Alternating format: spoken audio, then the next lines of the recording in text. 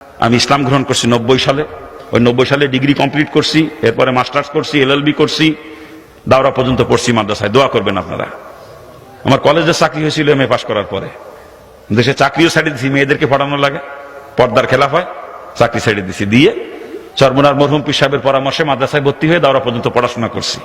জাহান্নামের এক মুহূর্তের আযাব কারো পক্ষে সহ্য করা সম্ভব না। আমি পারবো না, আমি পারবো না, কসম খোদার, কসম খোদার। ওই জাহান্নাম থেকে বাঁচার জন্যই খালি মুসলমান ছিল। আমার কোনো কিছুর অভাব ছিল না দুনিয়াতে। আমার বাপ কোটি কোটি টাকার মালিক, এদেশের অন্যতম বড় শিল্পপতি আমার বাপ।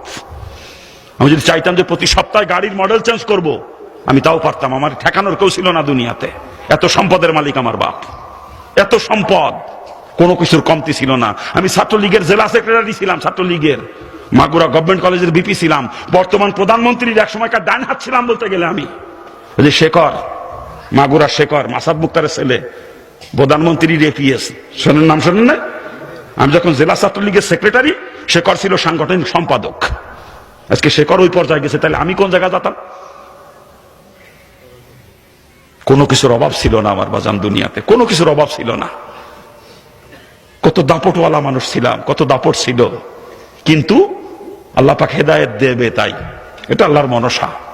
হেদায়েত কসম খোদার, আল্লাহর হাতে হেদায়েত, কসম খোদার। যদি অন্য কারো হাতে হেদায়েত থাকতো, যত বড় বুজুর্গ হোক না কেন, আমার মতো বদমাইশের কাছে জীবনে হেদায়েতের বাণী নিয়ে যাইতো না কেউ। এত বড় কাট্টা বদমাইশ ছিলাম আমি, জানেন আপনারা? পিস্তল দুই পকেটে নিয়ে ঘুরতাম সবসময় আমি। 8 জন 10 জন বডিগার্ড থাকতো আমার সাথে, 8-10 জন বডিগার্ড। মানুষ যদি খালি শুনিছে রানা মাস্তান আসতেছে, শোনেন নাই নামটা? শোনেন নাই? ডাক নাম ছিল রানা। মানুষ রানা মাস্তান করে চিনতো। যদি খালি শুনিছে রানা মাস্তান আসতেছে, কিরা কোন দিক সরে দাঁড়াবে, রাস্তা ছেড়ে দিশে পাইতো না। এমনি রাস্তা পরিষ্কার হয়ে যেত, এমনি। এত বড় দাপট নিয়ে চলতাম, এত দাপট নিয়ে। যত বড় আলেম হোক, যত বড় পীর সাহেব হোক, আমার মতো বদমাইশের কাছে কেউ হেদায়েতের বাণী নিয়ে যাইতো না। আমি জীবনেও হেদায়েত পাইতাম না যদি আল্লাহর হাতে হেদায়েত না থাকতো। আল্লাহ কুদরতি হাতে আমার মতো কাট্টা বদমাইশকে আল্লাহ পাক জাহান্নাম থেকে বাঁচাইছে। এটা আল্লাহ পাকের ইশারা। মানে আমি গল্পের বই কি মনে করে রসুলের জীবনী কিনে নিয়ে আসবো কি জন্য বলেন? রসুলের জীবনী পড়তে যাবো কোন দুঃখে আমি, হিন্দুর বাচ্চা হইয়া? কিন্তু গল্পের বই মনে করে কিনে নিয়ে আসছিলাম রসুলের জীবনী, গল্পের বই। আগে থেকে গল্পের বই পড়ার নেশা ছিল, গল্পের বই পড়ার। মনে করছিলাম ওটা গল্পের বই। বইটার নাম হলো যে ফুলের খুশবুতে সারা জাহান মাতোয়ারা। মনে করছিলাম আশ্চর্য কোনো ফুল নিয়ে হয়তো বইটা লেখা। কেমন সেই ফুল কোথায় পাওয়া যায় জানার জন্য কিনে নিয়ে আসছিলাম। কিনে এনে পড়ে দেখি আমিও সেই ফুলের জন্য পাগল হয়ে গেলাম। রসুলকে ফুলের সঙ্গে তুলনা করে, রসুলের আকলাককে ফুলের সুঘ্রাণের সঙ্গে তুলনা করে বইয়ের নাম দিয়েছে যে এই ফুলের খুশবুতে সারা জাহান মাতোয়ারা। ওটাই আমার পড়া সর্বপ্রথম ধর্মীয় বই, রসুলের জীবনী। আর এত মজা লাগে, পরপর 4 বার পড়ি বইটা। যত পড়ি পড়তেই মন চায়। এরপরে ইসলামের দিকে আকৃষ্ট হয়ে যায়। তখন থেকে ইসলামী বই পুস্তক পড়তে শুরু করি। আর ইসলামী বই পুস্তক পড়তে যাইয়ে বিভিন্ন কিতাবে জাহান্নামের যে বিবরণ পড়ছি, ও জাহান্নামের এক মুহূর্তের আযাব কোনো মানুষের পক্ষে সহ্য করা সম্ভব না। আমি পারবো না, আমি পারবো না, কসম খোদার। ও জাহান্নাম থেকে বাঁচার জন্যই খালি মুসলমান হচ্ছি, কসম খোদার।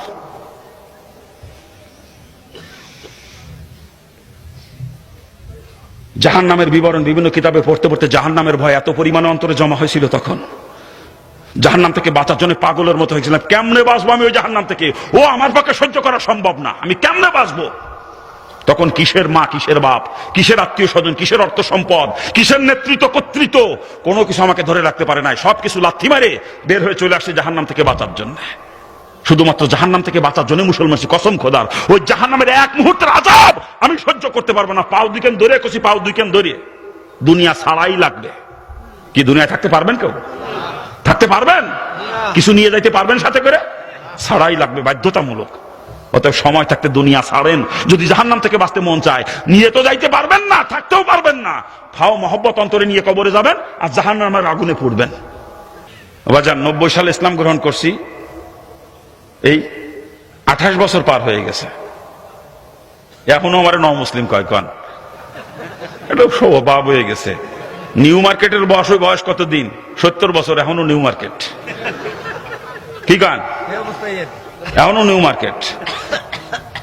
এখন বিশাল ব্রিজ, 4টা গাড়ি চলতে পারে পাশাপাশি। এই জায়গার নাম হইলো মাইটি ব্রিজ। একসময় মাটি দিয়ে ব্রিজ বানাইছিল, এটার নাম এখন মাইটি ব্রিজ। কিন্তু এখন এত বড় ব্রিজ বানাইছে সরকার, সে জায়গা 4টা গাড়ি পাশাপাশি চলতে পারে, কিন্তু জায়গার নাম মাইটি ব্রিজ। এই অবস্থা আমাদের। তা আমারও মুসলিম কবে আমার ফুলা ফান্ডু কবে ন মুসলিমের ফুলা, এরপরে যদি আস্তে আস্তে কাটে, তার আগে কাটবে না। ঠিক আছে, যাক আলহামদুলিল্লাহ বাজান, আমি ইসলাম গ্রহণ করছি 90 সালে।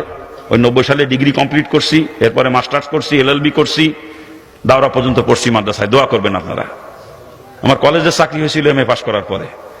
দেশে চাকরিও ছেড়ে দিছি, মেয়েদেরকে পড়ানো লাগে, পর্দার খেলাফ হয়, চাকরি ছেড়ে দিছি। দিয়ে চরমনার মরহুম পীর সাহেবের পরামর্শে মাদ্রাসায় ভর্তি হয়ে দাওরা পর্যন্ত পড়াশোনা করছি। নিজেও মাদ্রাসা করছি, আমার মাদ্রাসা দাওরা পর্যন্ত আপনাদের দোয়ায়। আমি পড়েছি মাত্র 5 বছরের শর্ট করছি, কিন্তু মাদ্রাসা করেছি লং করছে আপনাদের দোয়ায়। আমার মাদ্রাসায় দাওরা পর্যন্ত পড়তে 14 বছর সময় লাগে। দোয়া করবেন আমার মাদ্রাসার জন্য, কি করবেন না? আমি গুনাহগার, যা কামাই করি এইটা দিয়ে আমার মাদ্রাসা চলে। আমি দুনিয়ার কুত্তা না ভুল বুঝবেন, 30,000 টাকা করে নিই প্রতি মাহফিলে, আমার মাদ্রাসা চালাইতে লাগে তাই নি। আমার যারা দাওয়াত দেয় পরিষ্কার করে বলে দিই আগের থেকেই, আমারে দিতে পারলে নিবেন, না হলে নিয়েন না। আপনাদের কষ্ট হলে আপনারা অন্য বক্তা দিয়ে করেন, আমি খুশি। কিন্তু নিয়ে যদি আমার 1 টাকাও কম দেন, আমার মাদ্রাসার ক্ষতি করা হবে। আমি 27 জন উস্তাদের বেতন দিই, 2 জন বাবুর্চি, 1 জন নাইট গার্ড, এই মোট 30 জনের বেতন দিই। 400-র উপরে ছাত্র বোর্ডিং এ খানা খায়। গরিব মিসকিন এতিম সব তো ফ্রি। আর যারা ধনী লোকের ছেলে, তাদেরও 1700 টাকা খোরাকি মাসে। 1700 টাকা 3 ওয়াক্ত খাবার, কয়দিন চলে একটা ছেলের কান্দি?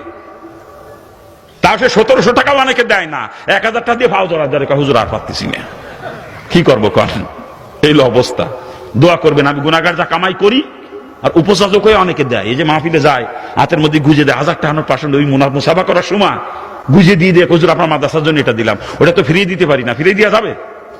একজন মানুষ আখিরাতের ব্যাংকে জমা করতে চায় আমার মাদ্রাসায় দান করে, তাকে বঞ্চিত করার ইখতিয়ার আমার নাই। এই জন্য ওটা নিতে হয় বাধ্য হয়ে। কিন্তু হাত পেতে কারো কাছে বলি নাই যে 5টা টাকা দেন আমার মাদ্রাসার জন্য। ও সাথে গেলি টাকা দেয় 3 টাকা, আর কথা কয় 33 টাকা।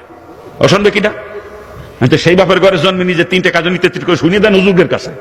চান্দা কালেকশন করতে গেলে কি কয় মাসি শুনে দেখেন একটু। আমি বাজান ওইসব কথা শুনতে পারবো না। মাদ্রাসা করেছি, পাল্লি চালাবো, নালি বন্ধ করে দেবো। আপনারা কি কন, বন্ধ করে দেবো? যদি বন্ধ করে দিয়া লাগে, দিতে হয়, দিলে পরে এত টাকা আমারে দিয়া লাগবে না। আমি দুনিয়ার কুত্তা না, আগেই বলছি দুনিয়ার কুত্তা না আমি। আমার শুধু আসা যাওয়ার গাড়ি ভাড়া দিবেন, আর সংসারের জন্য সীমিত কিছু পয়সা দিবেন, আমার চলে যাবে। কিন্তু মাদ্রাসা চালাইতে লাগে, এই জন্য আমি টাকা নিই। কি করবো বলেন? মাদ্রাসা বন্ধ করে দিতে পারতেছি না, এই জন্য নেওয়া লাগে। এই জন্য আমি পরিষ্কার করে বলি, ভাই আমার নিজের আপনার কষ্ট হয়, নিয়েন না। আপনার অন্য বক্তা দিয়ে করেন, আমি খুশি।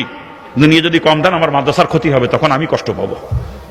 আমি বাজান বহুত টাকা কামাই করি, চাইতাম যে ঢাকায় বাড়ি করবো, গুলিস্তানের বুকে জমি কিনে কবে 20 তলা বিল্ডিং এর মালিক হতে পারতাম গুলিস্তানে। আমি বক্তাদের বাড়ি ঘর করতে সময় লাগে না। আরে 3 দিনের বক্তা ফ্ল্যাট কিনেছে ঢাকা শহরে, 3 দিনের বক্তা। এক বক্তা প্লট কিনে কিনে কি ডাটের বাড়ি বানাইছে ঢাকা শহরে, জানেন আপনারা? কিন্তু আমি সেই গ্রাম দেশে, আমার বাপদাদা পৈতৃক বাড়ি যেই গ্রামে, ওর থেকে 12 মাইল দূরে একই থানার মধ্যে 15 শতক জমি কিনে একটা টিনের ঘর করে সেখানে বসবাস করি। আমি পারতাম না ঢাকায় বাড়ি করতে? পারতাম না? আমি একটা গাড়ি কিনে নিয়ে চলতে পারি না? 1 মাসের ইনকাম দিয়ে গাড়ি কিনতে পারি, 1 মাসের ইনকাম দিয়ে। আজও পর্যন্ত গাড়ি কিনতে পারি না। কত কষ্ট করে সফর করি। আজকে বাসে এসে নামছি, সৃষ্টিগড় ওখান থেকে মোটরসাইকেল দিয়ে নিয়ে আসছে। আর কয়দিনের বক্তা কি ডাটের গাড়ি নিয়ে ঘরে। যে সমস্ত বক্তারা গাড়ি কেনে নেয়, তারা ভাড়ার গাড়ি নিয়ে যায় সব জায়গায়। আমি ভাড়ার গাড়ি নিই না, কারণ ভাড়া গাড়ি নিলে, আমি এমনি গাড়িতে আসলে তো আমার 300-400 টাকা হলে চলে আসা যায়। যেটা ভাড়া গাড়ি হলে 3-4 হাজার টাকা দিতে হয় গাড়ির ভাড়া। আমি একটা খাদেম পর্যন্ত রাখি না সাথে, বোঝেন না আপনারা? একা একা সফর করি, একা একা। খাদেম যদি রাখি, যে আমার আসতে যাইতে যে টাকা গাড়ি ভাড়া লাগে, খাদেম পিছনে ওই টাকা খরচ হয়ে যায়। আমি হোটেলে খাই, খাদেমরে খাওয়ানো লাগে। আবার সে বেচারা আমার সাথে থাকবে, তার সংসার খরচ দেওয়া লাগবে না? এতে সংসার খরচ দিয়ে, গাড়ি ভাড়া দিয়ে, খাওয়ার খরচ দিয়ে 30-40 হাজার টাকা মাসে চলে যায় খাদেমের পিছনে। আমি কষ্ট করে একা আসলে ওই টাকা আমার মাদ্রাসার কাজে লাগে। এই কষ্ট করি শুধু মাদ্রাসার জন্য। আমার পরিবারের যে খরচে একটা মাহফিলের 1000 টাকাও লাগে না পুরো মাসে। 30 দিন কষ্ট করি শুধু মাদ্রাসার জন্য। আমার কাছে আমার মাদ্রাসার দাম আমার জীবনের থেকেও বেশি। জীবনের থেকেও মাদ্রাসার দাম বেশি আমার কাছে। দোয়া করবেন আল্লাহ পাক যেন আমার মাদ্রাসা কবুল করে। আমি একা একা কষ্ট করে সফর করি, ব্রিফ কেস নিয়ে সফর করি। ওই ব্রিফ কেসটা নিয়ে হাতে ঘুরতে ঘুরতে, প্রত্যেকটা ডলা দিয়ে দেখেন, একটু এই গিড়েগুলো ডলা দিয়ে দেখেন না, কড়া পড়ে, প্রত্যেকটা গিড়ি কড়া পড়ে গেছে। এই জায়গায় ডলা দিলে শুলে যাবে, মুখের চামড়া দিয়ে হাত দিয়ে ডলা দিয়ে মুখ শুলে যাবে আমার। প্রত্যেকটা গিড়ে গিড়ে কড় বইটে গেছে। ওই ব্রিফ কেস হাতে নিয়ে হাঁটি। এই কষ্ট করি শুধু মাদ্রাসার জন্য। বাজান কি করবো বলেন? না, আমার সমালোচনা করে অনেকে যে এত টাকা নাই, এত টাকা নাই। না, সমালোচনা করে না। আমি দুনিয়ার কুত্তা না, দুনিয়া কামাই করার জন্য মুসলমান হই নাই। ওই যে বাড়ি করছি, প্রয়োজনের তাকিদে করছি, পর্দা রক্ষা করার জন্য করছি বাড়ি। আর নাহলে বাড়িও করতাম না, কারণ ভাড়া বাসায় পর্দা রক্ষা করে চলা খুব কষ্ট হয়। এই জন্য শুধু বাড়িটুকু করছি, নাহলে বাড়িও করতাম না। যে বাড়িতে আমি থাকতে পারবো না কয়দিন পরে, আবার যে বাড়ি আমি সাথে নিয়েও যাইতে পারবো না, ওই বাড়ির পিছনে টাকা খরচ করবো আমি? এত বড় বুক আমারে পাইছেন আপনারা? আপনাকে মতো বলদ না আমি, কিন্তু করছি শুধু পর্দা, ওই আখেরাতের উদ্দেশ্যে করছি, পর্দা রক্ষা করার জন্য বাড়িটুক করছি। আমার স্ত্রী ভাড়া বাসায় যখন থাকতাম, বোরকা পরে আগুনের কাছে রান্না করা লাগতো জ্যৈষ্ঠী মাসেও, গরমের দিনেও। শুধু বাড়িটুক করছি আল্লাহর বান্দিরে যে পর্দা রক্ষা করে চলতে পারে স্বাধীনভাবে, এই জন্যই করছি বাড়ি, নাহলে বাড়িও করতাম না। আমার তো বাড়ির অভাব ছিল না। আমার বাপের ঢাকা শহরে 6টা বাড়ি। তা কি ডাটের বাড়ি জানেন সেগুলো? প্রত্যেকটা বাড়িতে সারা বছর শুটিং চলে। সিনেমার প্রডিউসাররা, নাটকের প্রডিউসাররা বাড়ি ভাড়া নিয়ে সারা বছর সে বাড়ির মধ্যে শুটিং চলে। তাহলে কোন কাদার বাড়ি চিন্তা করেন? আমার কোনো কিছুর অভাব ছিল না বাজান। আমি দুনিয়া কামাই করার জন্য মুসলমান হই না, ভুল বুঝবেন না। দুনিয়ার কুত্তা না আমি। এই টাকা আনি শুধু মাদ্রাসার জন্য।